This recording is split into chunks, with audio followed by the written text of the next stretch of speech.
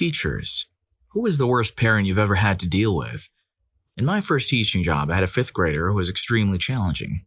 He would stand up in the middle of class, laugh in a way that seemed out of control, and then run out of the classroom. His behavior in the bathroom was also very concerning, involving actions that no reasonable child would do. Since I was new, I asked other teachers if this student had a history of bad behavior. All of his previous teachers said he was well-behaved and quite smart, with no history of such attitudes or behavior. They were as puzzled as I was. We, which included all the fifth grade teachers and the principal, met with his parents 4 times in 2 months to understand the cause of his behavior. In the first 3 meetings, his parents were cooperative but seemed a bit slow to grasp the situation. They couldn't think of any reason why their son, whom we'll call Jamal, would act this way. In the 4th meeting, I said, "Children don't suddenly change their behavior for no reason. Jamal has no history of disciplinary issues until this year. Can you think of anything that happened between 4th and 5th grade that might have affected his mental state?" They responded, Jamal's uncle was found in our home this summer. Jamal was the one who found him. This was crucial information that could have been shared with me much earlier. In another story, my first job was as an office assistant in a K-6 school, and it was part of a work experience program. I worked there on Tuesday and Thursday mornings for a few weeks.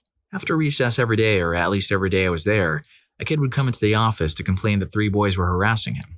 He was a bit chubby, and it was clear that the situation was getting worse over time.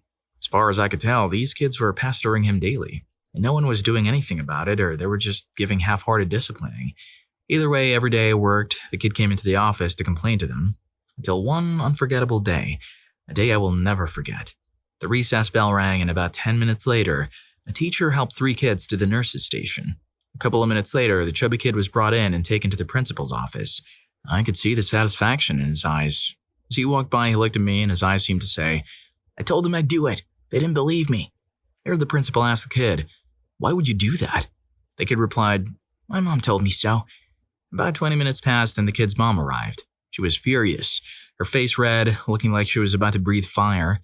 She stormed into the principal's office and I heard her yell, "Hey, how would you like it if me and 2 of my friends came here and pestered you every day? Then nobody would do anything about it. How would you feel?" Just then, a man walked into the office. He said, "That must be my wife." I went into the office.